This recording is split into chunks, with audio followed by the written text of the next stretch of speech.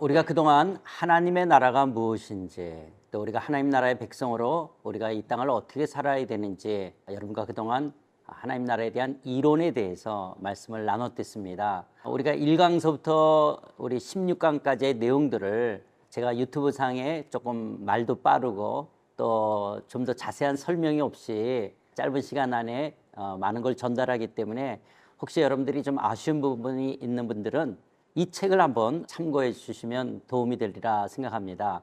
내가 산 것 거룩한 땅이라는 책인데요, 생명의 말씀사에서 나온 책입니다. 사실 이거는 제가 썼다기보다는 사랑의 교회 청년부 수련회 가서 했던 내용을 녹취한 거를 책으로 이렇게 만든 내용입니다. 그래서 여러분들이 하나님 나라에 대한 그동안 했던 내용들, 그리고 앞으로 이제 하나님 나라에 대한 적용 부분을 이야기하는 내용들을 좀 활자로 보기를 원하시는 분들은 이 책을 좀 참고하시면 도움이 되리라 생각합니다.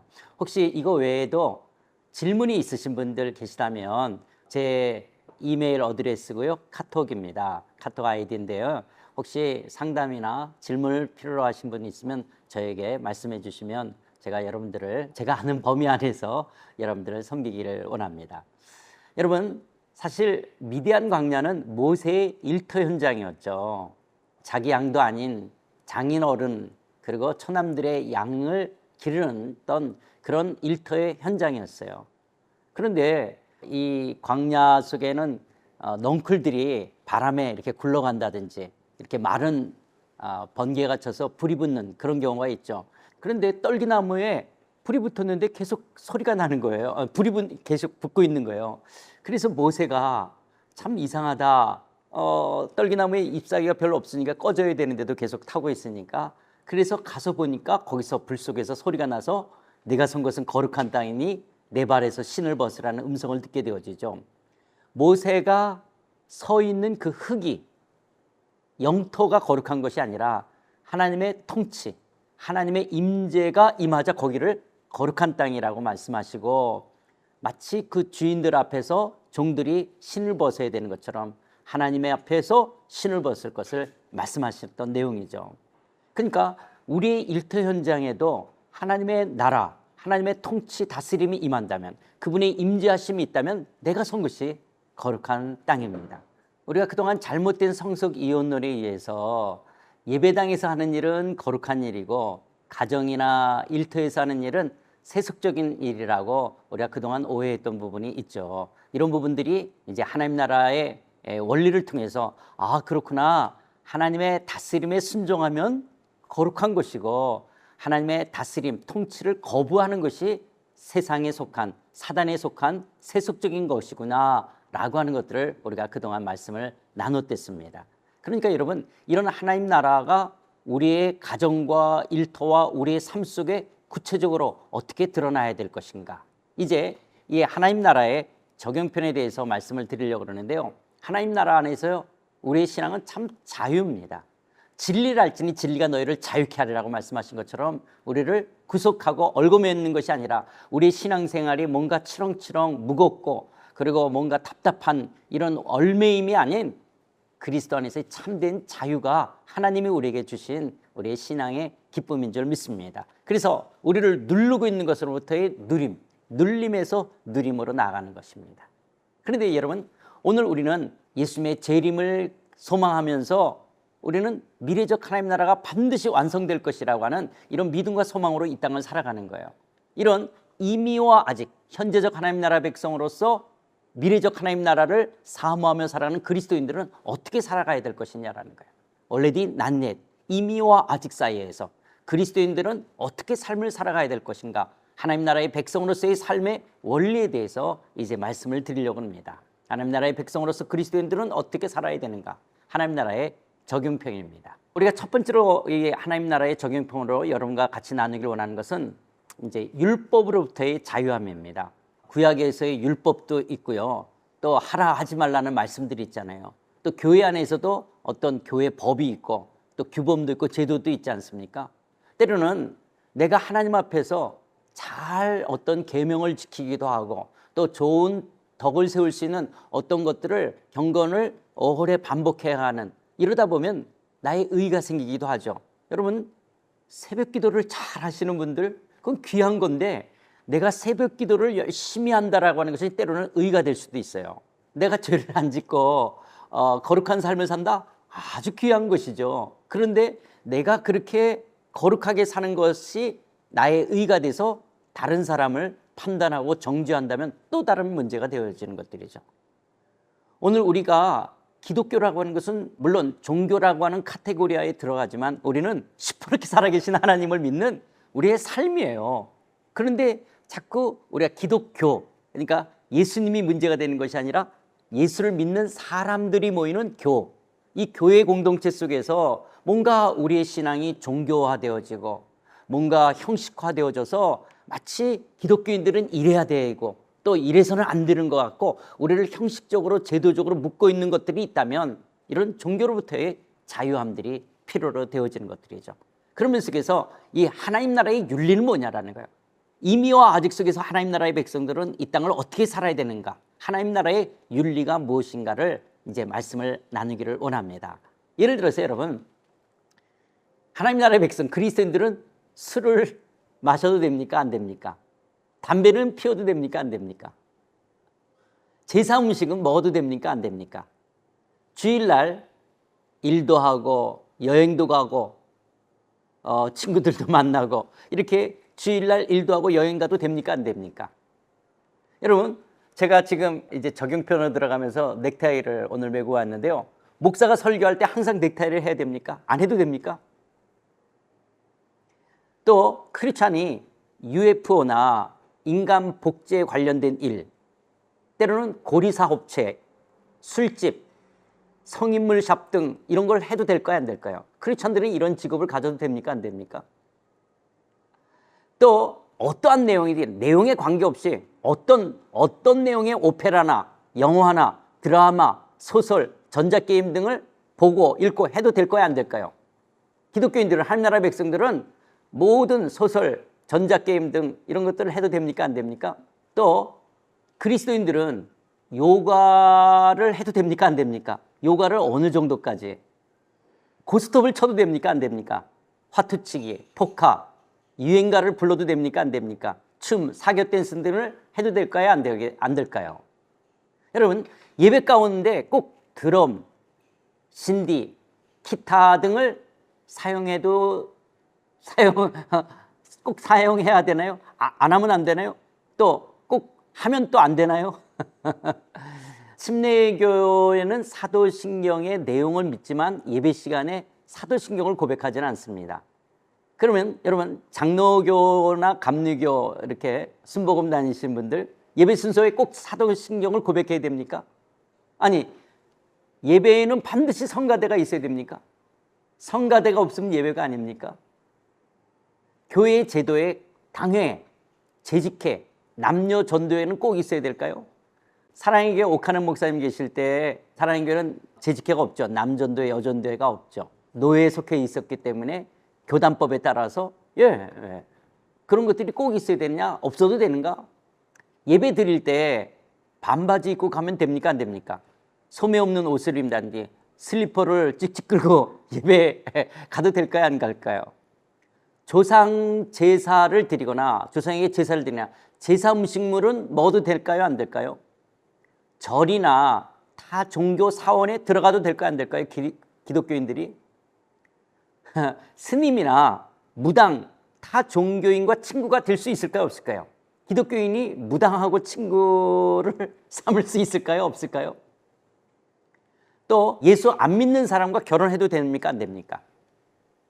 법이 허용하는 환각제, 대마초가 동남아시아나 또 미국 어느 때 보면 법적으로 허용되어진 나라들이 있죠. 법적으로 허용됐다라고 기독교인은 해도 될까요? 안 될까요? 그렇다면 기독교인들은 커피를 하루에 몇 잔 마셔야 될까요? 선교를 위해서 그 지역 공무원에게 약간의 뇌물을 주어도 될까요? 안 될까요? 완전히 불법인데 뇌물을 주어서 합법으로 만들겠다는 것이 아니라 이거는 거진 합법적인데 공무원이 질질 끌고 이거 허락을 안 해주는데 선교를 위해서 그 지역 공무원에게 약간의 뇌물을 줘도 될까요? 안 될까요? 교회에서 이제 회비제도, 획일적으로 요번에 경비가 얼마씩 들어갑니다. 이런 회비제도. 또 획일적인 원칙과 적용만이 우리 공동체에 맞는 것일까요? 상황이 다 다른데 교회에서 모든 사람이 똑같이, 또 교회가 획일적인 어떤 원칙과 적용 속에서 사례가 다 다를 수도 있는데 케이스 바이 케이스가 아니라 그렇게 했으니까, 그전에는 그런 사례는 그렇게 했으니까 이런 관례를 계속적으로 고집하는 것, 이것이 크리스찬 공동체로서 합당할까요? 아닐까요? 교회 안에 내규, 규약, 제도적인 틀이 이웃사랑을 제한한다라는 거예요. 예를 들어서 어떤 사람에게는 장학금을 주는데요, 그 사람에게는 뭐 얼마를 줘야 되는데 어떤 사람에게는 정말 조금 더 많이 줘야 되고 어떤 사람은 덜 줄 수도 있는 거예요. 그런데 우리는 획일적으로 또 우리가 만든 어떤 틀 안에서 하는 거예요. 그래서 어떤 사람에게는 우리의 틀을 조금만 바꾼다면, 그런데 그것으로 뭐 불공평하다든지 또 전체적인 의견이 나눠질까 봐 그런 틀 안에서만 한다는 것이, 이것이 기독교인들은 그럴 수밖에 없는 것이냐라는 거예요. 또 교회 안에 유교적인 문화가 교회 안에서 보수인 것처럼, 마치 그게 성경적 보수처럼 나타나고 있다면 어떻게 해야 될 것인가라는 거예요. 여러분, 이건 유교적인 문화인데 마치 우리 한국의 유교적인 문화가 교회 안에서 마치 기독교의 보수인 것처럼, 그건 한국의 문화적 보수인데 이런 부분들이 교회 안에 있다면 이것은 어떻게 해야 될 것인가. 교회 시설에 카페들이 있는 교회들이 있잖아요. 그런데 교회 시설의 카페가 주변 상점 영업에 지장을 준데도 교회는 계속적으로 합법이니까 그냥 해도 될 것이냐라는 거예요. 렌트비를 안 내기도 하고 또 여러 가지 봉사한다 그러면 지역에 있는 상가보다는 훨씬 더 교회 카페가 값이 쌀 거 아니에요. 그래서 지역에 있는 카페가 망해도 우리가 뭐 괜찮다 이래도 될 것이냐라는 거예요. 물론 이제 이런 것 때문에 교회 카페 운영에 대한 또 합법적으로 여러 가지 방법들이 있지만은, 하여튼 제가 이제 여러분들에게 한번 생각하도록 던지는 겁니다. 여러분, 교회 직원, 부교육자, 파트타임 사역자들이 교회는 노조를 만들면 안 될까요? 부교육자나 파트타임이나 직원들, 여러분 교회에서 일하시는 직원들이 일반 회사에 다니시는 기업 정도의 복지를 누리고 또 그분들이 그만큼 존중을 받습니까? 교회의 관리 집사님들이 여러분의 교회에서는 어떻게 역임을 받고 있습니까? 여러분 다니는 회사에 그런 어떤 그 청소하시는 분, 때로는 교회의 관리 집사님들을 여러분이 어떤 태도로 대하시냐라는 거예요. 우리가 어떻게 그분들을 여기냐, 사무직원들을 우리가 어떻게 대하시냐라는 거예요. 또 여러분, 예배나 우리가 예식을 인도할 때 목사님들이 이 흰장갑, 장로님들이 어떤 예식할 때 흰장갑, 이 흰장갑이나 가운을 반드시 입어야 될까요? 찬양을 부를 때 꼭 일어나야 될까요? 그러면 꼭 앉아서만 해야 될까요? 그러면요. 어제 술을 많이 마셨는데 오늘 주일 예배 참석해도 될까요? 안 될까요? 주일헌금 11조는 반드시 해야 될까요? 안 될까요? 그냥 생각나는 것들을 이렇게 쭉 많이 적어봤는데요. 여러분, 그리스도인들이, 하나님 나라의 백성들이 임의와 아직을 살아가면서 현행 사회법에 금지한 것들, 법으로 안 된다라고 말한 거, 이건 하면 안 되죠. 법이 금하고 있으니까. 또 우리가 살고 있는 공동체의 윤리도덕에 반하는 것들, 요즘은 좀 다른지 모르겠지만 우리 한국 문화에서 어른들 앞에서 맞담배 피거나 뭐 이렇게 술을 마실 때도 정면을 이렇게 앉았고 고개를 돌려서 이렇게 마시잖아요. 어떤 이런 윤리도덕에 반하는 것들, 또 성경이, 신약 성경이 명확하게 말하는 것들이 있어요. 이건 해서는 안 된다, 이렇게 해라, 이런 것들은 우리가 결정하기 어렵지가 않죠. 사회 법에 금지하는 것들이라든지 윤리도덕에 반하는 것들이라든지 신약 성경이 명확하게 말하는 것들이 있어요. 그러나 아직 문화가 발전되지 않았기 때문에 성경이 말하지 않고 있는 내용들도 많이 있습니다.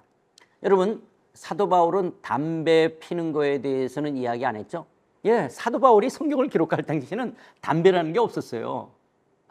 그러니까 담배에 대해서는 술을 먹지 말라, 이거는 여러분 유대인들에게 있어서는 그들의 식생활의 한 부분이었죠. 그들이 빵을 먹고 또 고기를 먹으면서 이렇게 목이 마를 때는 포도주를 마시고, 이게 그들에게는 식생활의 한 부분이었기 때문에 술 먹지 말라는 것은 우리 한국 사람들에게 말하면 숭늉 마시지 말라는 말과 같이 여겨질 수도 있는 거죠. 그래서 술의 그 의도가 뭐냐? 술 취하지 말라는 말씀을 하시죠. 근데 성경이 이렇게 명확하게 말하지 않는 것들이 있어요. 이런 것들을 뭐라 그러냐면 아디아포라라고 이야기하고 있습니다.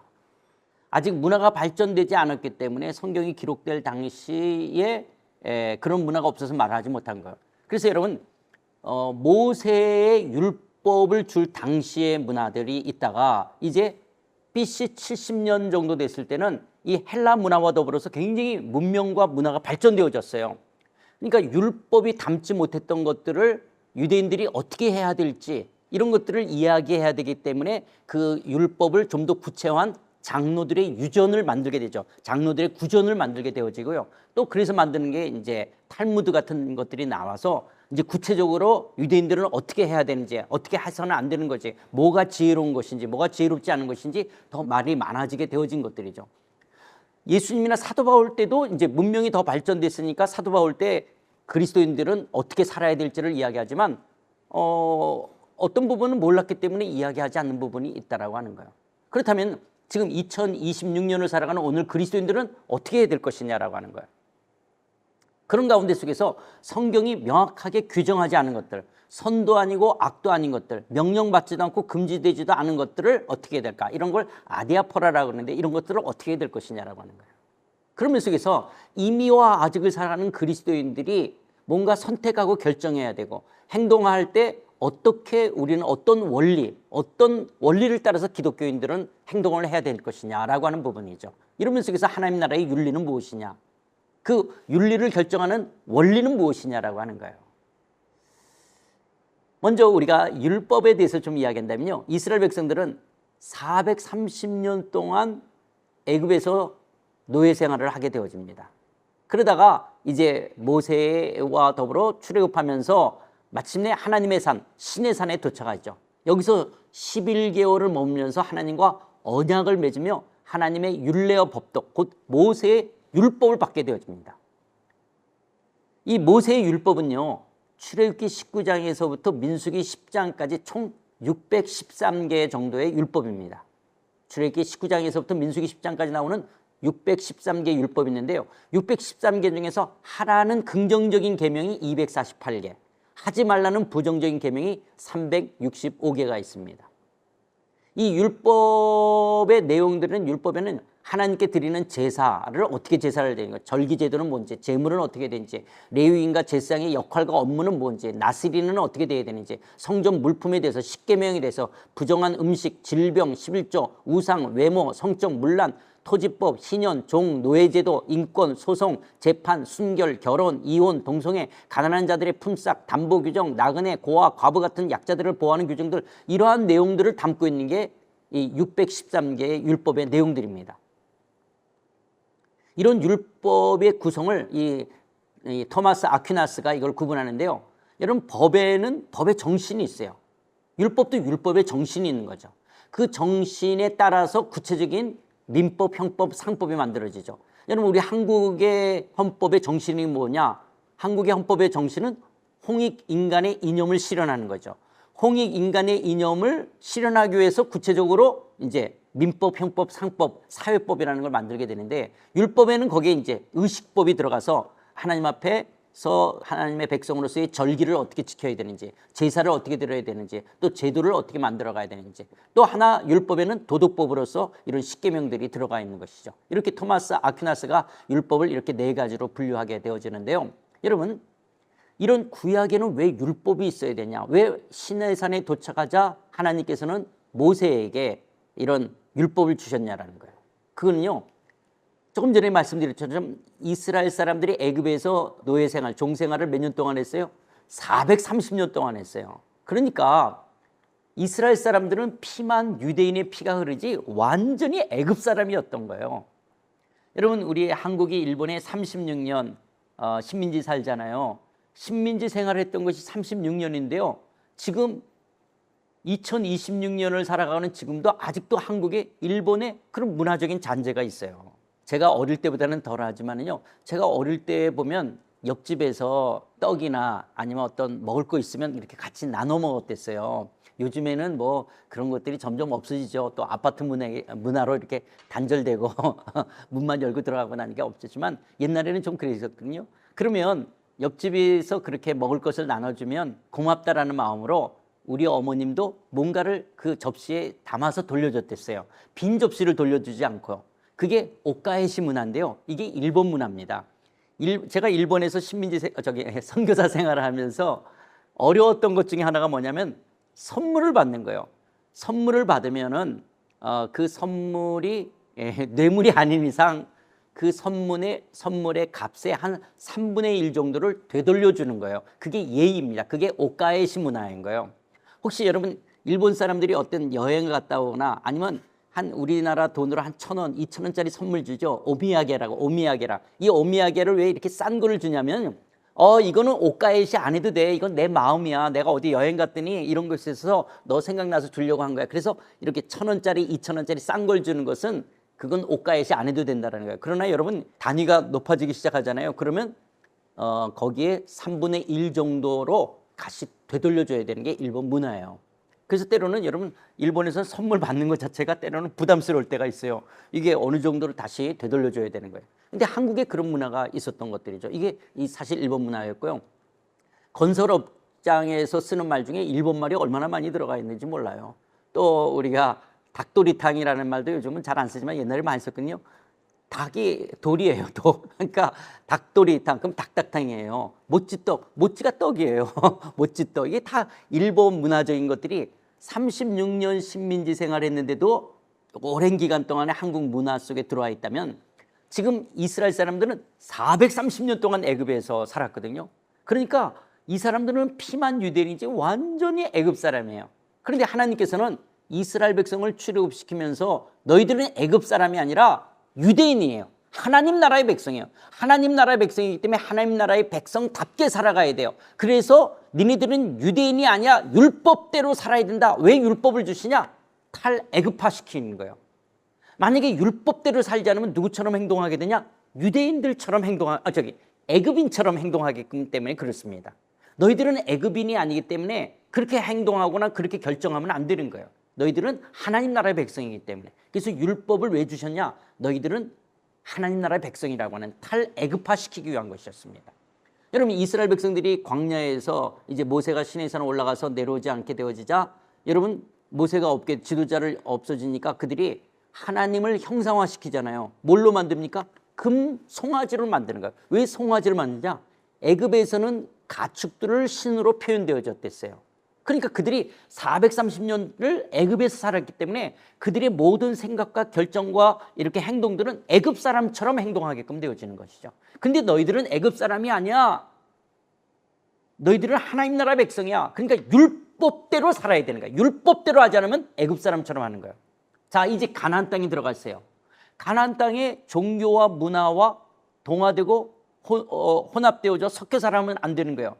왜냐? 너희들은 가나안 사람이 아니고 이스라엘, 하나님 나라의 백성이기 때문에 단 가나안화 시키는 거예요. 너희들은 가나안을 따라가면 안 되는 거예요. 가나안의 문화나 종교를 따라가면 안 되는 거예요. 그래서 왜 율법이라는 것이 있었냐?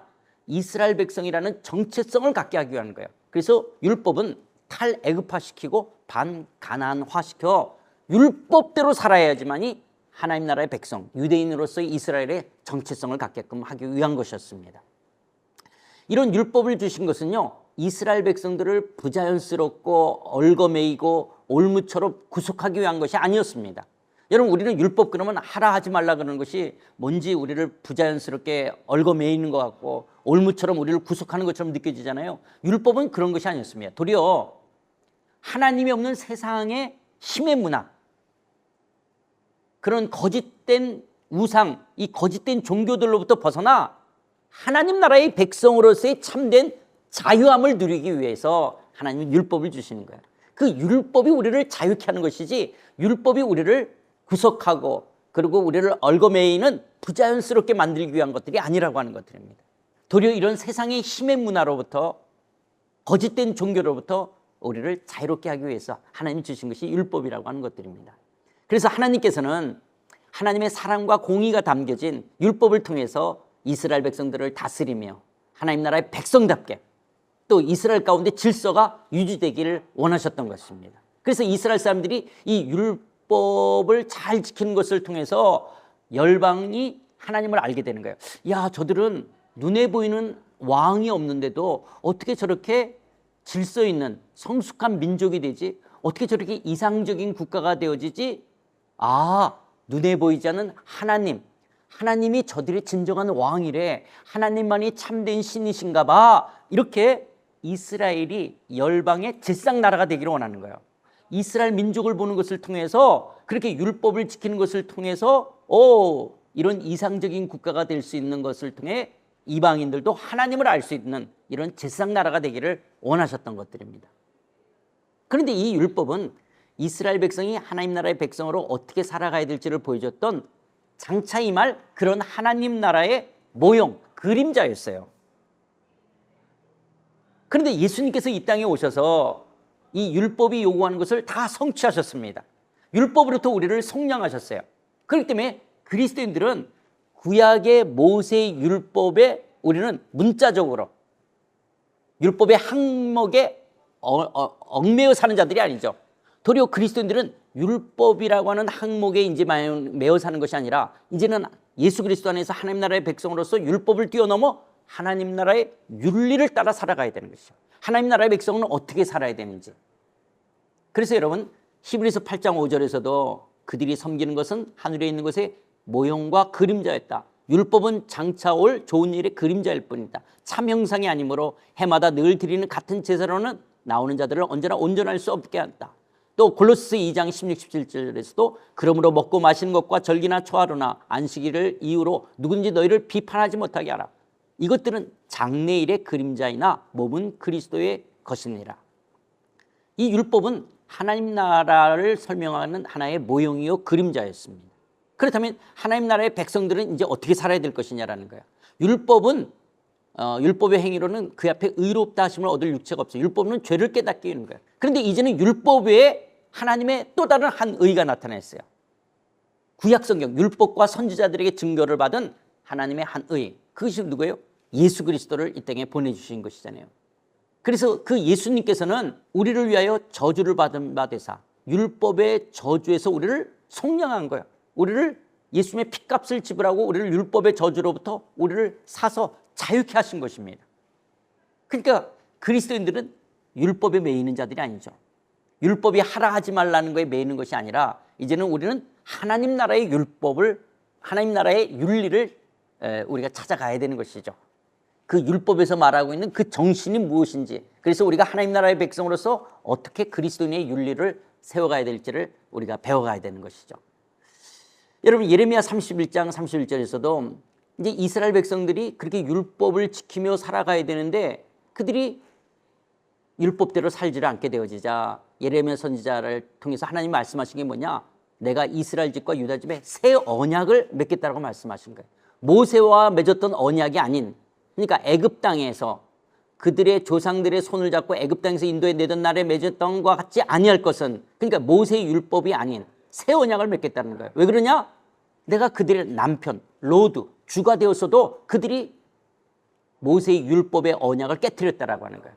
그러나 그날 후에 내가 이스라엘 집과 맺을 언약은 이거니 곧 내가 나의 법을 그들의 속에 두겠다.